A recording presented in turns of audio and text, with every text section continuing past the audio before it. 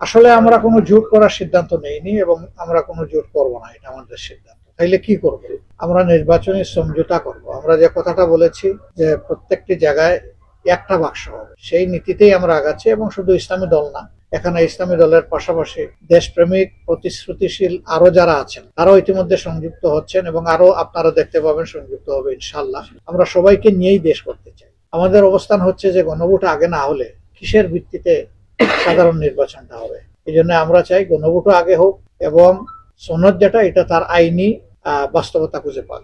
আওয়ামী লীগ তো নিজেই নির্বাচন চায়নি, আপনারা কি জোর করে তাদের উপর নির্বাচন চাপাই দেবেন?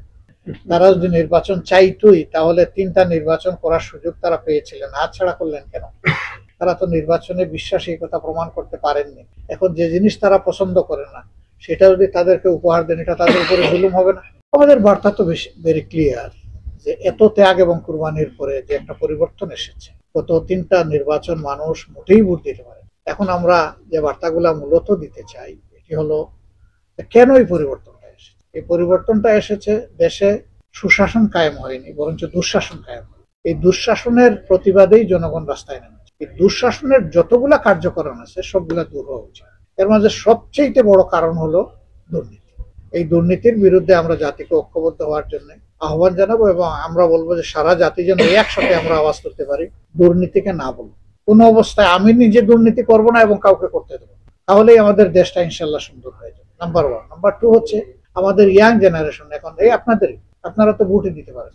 আমরা না হয় জীবনে 2-4 বার ভোট দিয়েছি, আপনারা তো দিতেই পারেন। এই যে ভোটটা আমি দিতেই পারলাম না, আগামী নির্বাচনে প্রত্যেকটা ব্যক্তি যে সত্যিকারের ভোটার সে যেন তার ভোট নিজে দিতে পারে এবং ভোট দেওয়ার পরে ভোটের প্রতিফলনটা যেন সে দেখতে পারে।